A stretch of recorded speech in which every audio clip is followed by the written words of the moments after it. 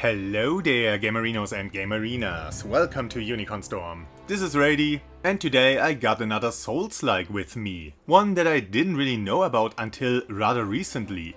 But as a Souls-like, it naturally caught my interest, so I decided to check it out once it released.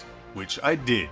I gave it a quick test ride on the XBox GamePass for PC and was satisfied enough with what I found.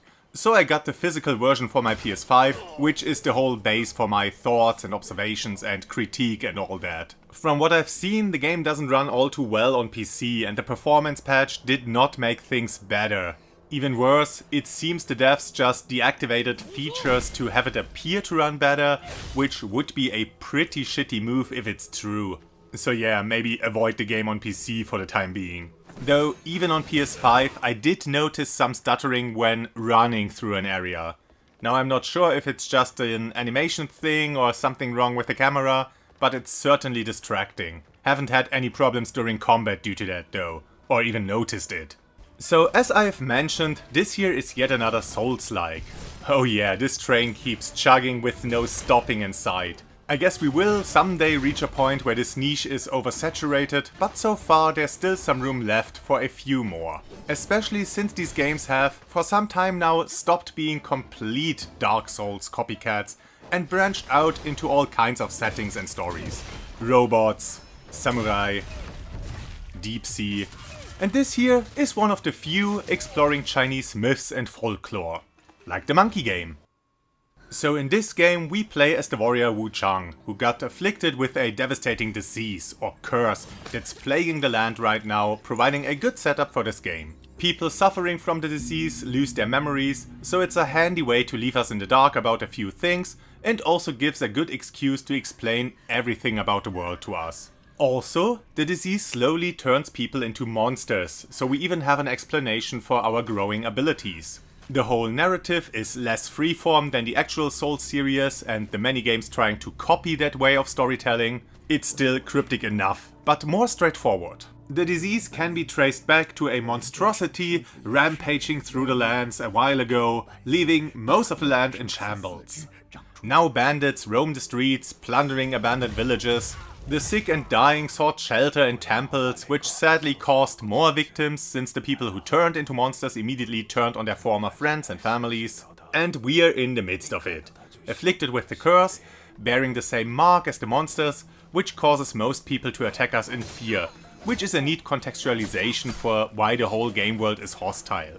We were actually traveling with a companion to bring our sister back from the dead, and that's when we were attacked or something. I mean, we can't remember. But now we travel the lands, help the good people along the way, fight the hideous monstrosities that stand in our way, and find a way to reclaim our memories and of course, accomplish our initial goal. So in good old Souls fashion, we crawl through many different dungeons, sometimes more and sometimes less interconnected, and fight giant bosses in between, with a wide variety of different environments. So far, tying it all together are the beautiful Chinese mountain passes, with its bamboo groves and streams, with its beautiful forests of green and red, and the traditional temple buildings within. And from there our journey takes us through the aforementioned villages, through caves and weird cemeteries and other horrorscapes. Exploration is pretty good and can get rather exciting with many side paths and areas that sometimes loop back around onto the critical path, especially when you venture deeper and deeper into hostile territory, your resources getting sparse and you're not sure how much further it is until the next checkpoint or shortcut. The main progression so far has been rather linear. You have to travel from one major area to the next until your progress is blocked off by a locked gate or just outright a guardian barring your way. Sometimes you might see another way to an upcoming area, but most of the time it is inaccessible, at least for the time being. So to progress you have to beat the boss of this area, which rewards you with the means to travel onward.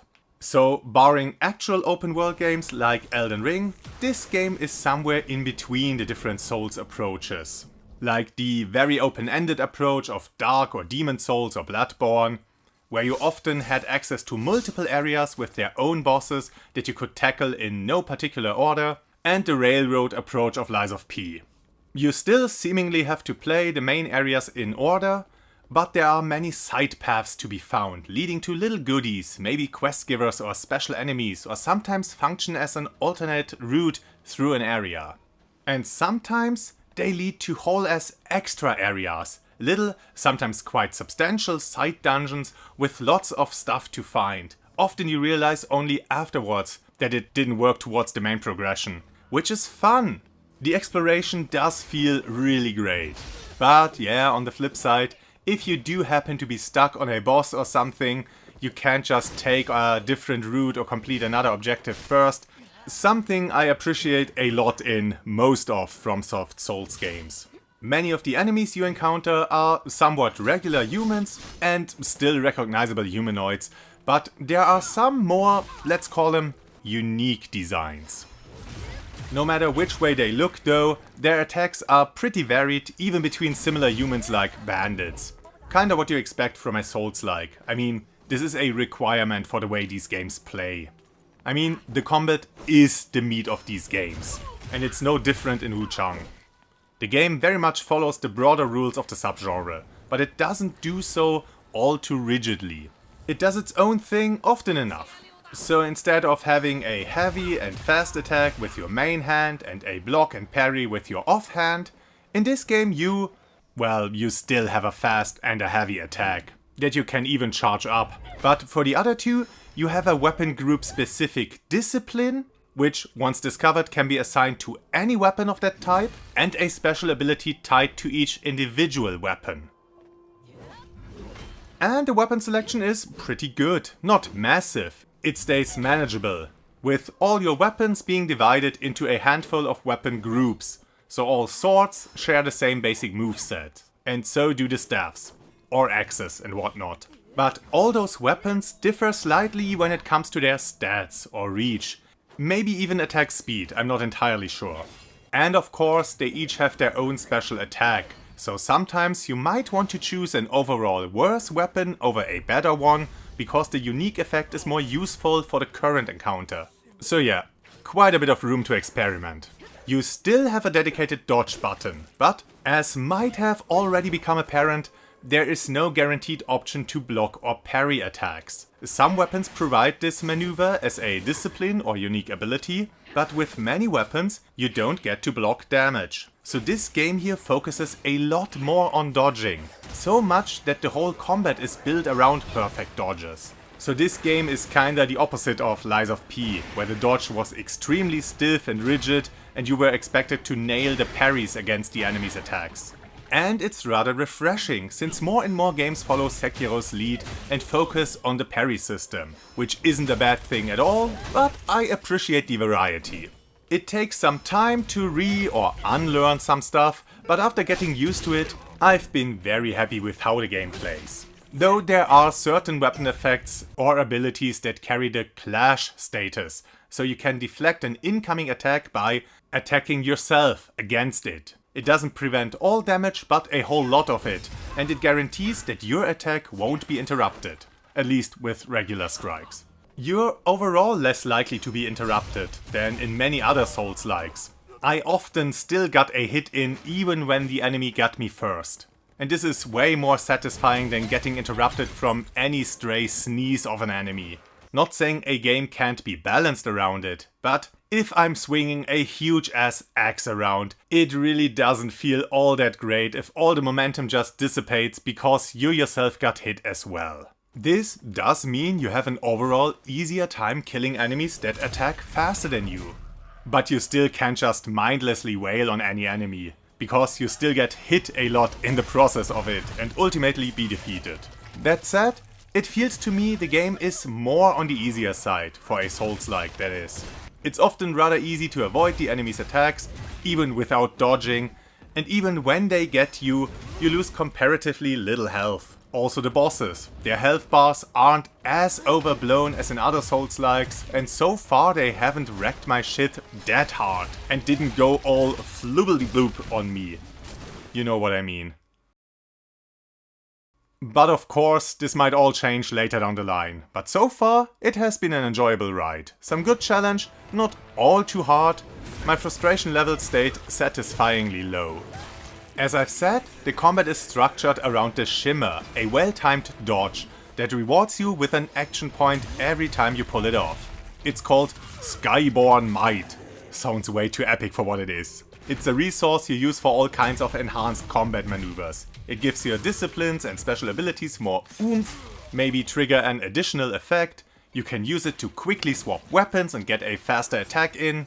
Some weapon abilities require the use of Skyborn Might to actually work properly, and you even use it to cast spells. Because, of course, there's also magic in the game. You discover spells by exploring and beating bosses and special enemies and can equip up to 4 at a time. They require a differing amount of Skyward Might, so you're not always guaranteed to be able to cast it at the start of combat. Because not only do you automatically use your Skyborn Might with most of your combat actions, but also lose it after a short while of not using it. So you can't really save it up for the big boss fight, but have to play well enough, nail the dodges, to be able to pull off your stronger spells and abilities. Though, you can unlock certain skills that help you accumulate Skyborn Might faster and stack more of it.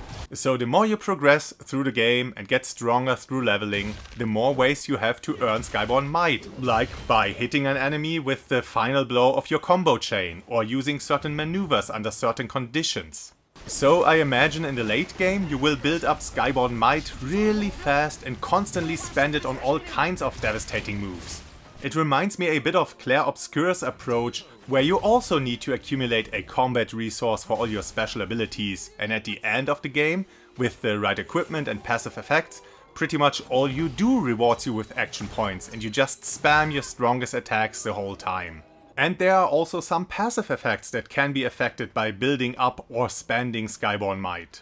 Each weapon can be outfitted with up to 3 gems, imbuing it with various effects, like increased stamina recovery, stronger counters, increased defense or spell damage, that kind of stuff. And some of those effects are boosted by Skyborn Might, while other effects won't even fire off without it. And to complicate it even more, there's another stat and effect boosting system on top of it, with tempering. Since, due to the curse, you have your little monster arm, you can stick needles into it. Yeah, they call it acupuncture, but I don't think you're supposed to flail your arms around during it. Well, those needles come with their own effects, which can imbue your weapon with elemental damage or boost its damage and the like whenever you use a consumable temperance item. Think of Bloodborne's papers, or well, all the other games' equivalents, where you could add some fire damage and the like to your standard attacks, to have an easier time dealing with certain enemies. It's more or less the same thing in here, just that you prepare the effect beforehand at the checkpoint and that there are more variables to it, and then you have a universal trigger item to imbue your weapon with all kinds of nasty stuff. It's not a bad system, the game just tends to overcomplicate things, just a little bit. Well, on the flip side, there are no backstabs, there are no pivots, there are no break attacks. While there are critical strikes, there's only one way to trigger them. And that is by depleting the enemy's stance gauge, which you do by just attacking. Charged up attacks deplete it more, and so do attacks from the back, but you never have to do anything other than simply dealing damage. And when an enemy's stance is broken, you have to stand either in front of or behind them, and when the lock-on icon turns red, just perform a light attack. You can even do this during a combo chain, and you still get the critical strike. The game very generously hands them out, even during boss fights, which also contributes to the lower difficulty. Another system to complicate things, well, at least it makes things appear more complicated, is the madness. Since you are cursed, you have to constantly struggle to keep your wits about you and your humanity. Whenever you die, your madness increases. Though the game isn't really consistent with the naming convention and calls it inner demon in the menu, which is a bit confusing. It makes sense after a while, but it's still weird. Your madness level determines how many souls you lose when you die, because, of course, you lose your souls. They're called Red Mercury in this game, but I'm still gonna call them souls. But yeah, you don't lose all of it on death, just a certain amount depending on how mad you are, which gets worse and worse the more you die. And, well, get resurrected. It's a bit like the world tendency in Demon Souls. But there's more to it. Killing humans also increases your madness. And killing monsters, other infected, lowers it. Sounds reasonable. Well, the game is a bit arbitrary in what it considers a monster or a human. I mean, these huge, bloated, ogre-like things count as regular humans and raise your madness when you kill them, while those poor suckers just sitting around being miserable are fine for you to slaughter. Now the problem is that it's mostly humans who are patrolling the areas and attacking you on sight, and you can't always avoid them. So just by playing normally, your madness constantly increases. Madness isn't just a negative effect though. Certain passive abilities you unlock over the course of the game get a boost from increased madness levels, and on high madness you deal and receive more damage and earn more souls from kills. But be careful, because when you die while on full madness, your inner demon rises where you have fallen, guarding your dropped souls. You have to defeat it to reclaim your souls and even get some pretty useful consumables. If you lose, all your souls are just gone. Your madness though gets reset no matter if you win or lose. A neat quirk with the inner demon is that it doesn't function like the other enemies, but is hostile to all combatants, not just towards you. So you can even cleverly make use of your inner demon to deal with some harder or more annoying enemies. Well, there are a few instances of enemy infighting, though they are all pre-arranged instances and enemies don't randomly fight each other, but are somewhat divided into factions. Yeah, let's talk leveling. Here the game also does its own thing. It does that a lot, which I very much appreciate. So many games in this subgenre just copy the systems and mechanics of Demon Souls without any reason other than that it is, well, a Souls mechanic. Why do I revive in Rise of the Ronin, and why are enemies repopulating an area just because I raised a small banner?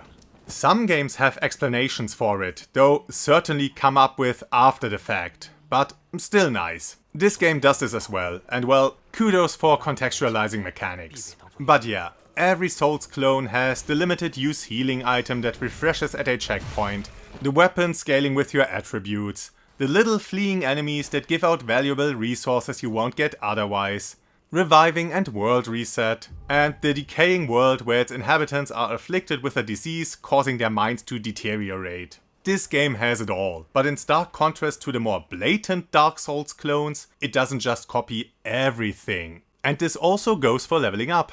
You still collect souls and trade them in, at an ever increasing rate, to raise your stats. But instead of just choosing from a list, you have this convoluted board with nodes connected to each other, spreading out in all directions. You get a kind of skill tree for every weapon group you discover, but it's not just the weapon proficiency that you assign points to. In every tree there are nodes for stat boosts, as well as unlockable special attacks and the like for the specific weapon group. The way this looks, I am reminded of Final Fantasy X's sphere board. Done right. I mean, the sphere board was fun, but also a little bit silly and too gamey for something as straightforward as raising your stats. So how this works is that you convert your souls into skill points, which raises your level, and with that your maximum madness threshold. And then you assign those points to any node connected to any other already activated node. If you want to go for a strength build, you should follow the X tree. Want to go for agility? Try the staff or dual wield tree. I guess it makes it a bit more fun, makes its own game out of leveling up, but it also means that the game is a bit more restrictive in what it allows you to do. That is, until you unlock the whole board. You can't just exclusively raise stamina and simultaneously master the short sword, for example, because the short sword abilities and the stamina nodes are on different ends of the board. Not that you should focus on a stat your preferred weapon doesn't use, but other Souls-likes just let you go through with it and live with the consequences. But yeah, here you have to skill into a certain weapon group if you want to raise a specific attribute. And with the way the board is laid out, you are forced to learn special attacks along the way. And there's another peculiarity with this system. Because, again, in contrast to pretty much every other Souls-like, there is no additional system to upgrade your tools or weapons. I guess the devs thought that the game already has enough superfluous systems. Here, upgrading your weapons or your healing vase is done through the same leveling system. Some nodes on the board don't require skill points to be activated, but certain special resources you find by exploring or killing bosses. Pretty much standard. But you still need to locate these nodes on the board and connect them through the other upgrades. So upgrading a weapon is only allowed after, for example, raising your stats a few times and learning a new special attack. And increasing the amount of uses from your healing base requires you to unlock a few passive effects first. It's certainly unique. To be honest, it's a fun approach. I like it. But I see how this could get annoying when you're stuck at a certain challenge and just want to raise some stats, but those you need are locked behind a bunch of other shit you don't care for. But it certainly gives the game more of an unique identity. And hey, you get all that for about 50 bucks. Not really cheap, but considering how everyone is trying to justify raising the prices higher and higher, I respect when a game that offers the same amount of content and quality, at least on console, as all the other multi-billion-dollar backed projects keeps the asking price reasonable. And I'm having a great time with this. Engaging combat with lots of fun abilities, a stunning world with some great art design, satisfyingly creepy at times, which has itself become somewhat of a Souls-like trope, and some good, tense and also exhilarating dungeon crawling, even if the dungeons are often not actual dungeons. The issues it has on PC and the way the devs or the publisher handles the situation are a problem though. And I did mention some issues on PS5 as well, and I am playing on performance mode. Always. So there's that. Though I haven't encountered anything game-breaking so far. I still hope that there will be an actual fix, and soon, because so far, the game is worth playing, so more people should be able to do so without major issues.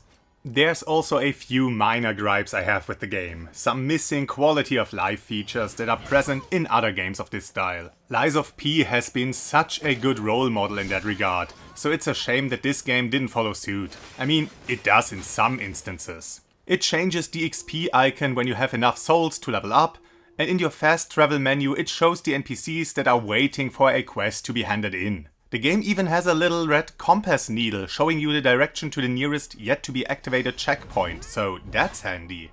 But when it comes to spending souls, the game took a few steps back. When you're just a few souls short while leveling up or buying an item, Lies of P allowed you to use a consumable souls increasing item directly from the menu, without any hassle, saving you just a little bit of time and avoiding some tedium. Well, this game here has you once again back out of the menu and opening your inventory, using the item and go back to whatever it was you were trying to accomplish. Maybe sit through some dialogue again. And for whatever reason, the shop menu doesn't show you if you already own a weapon or equipment piece.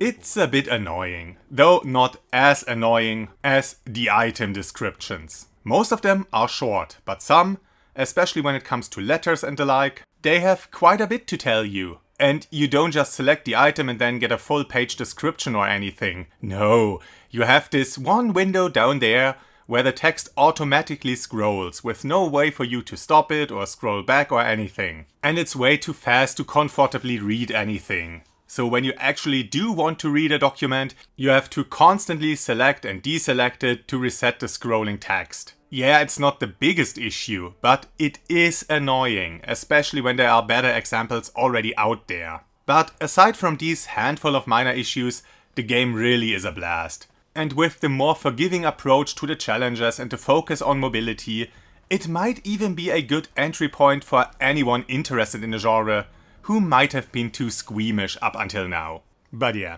with that, I'm off. Whether you're interested in the game or maybe lost your appetite, I hope you're having an amazing day. This has been Rady, and I hope to see you again on the next game.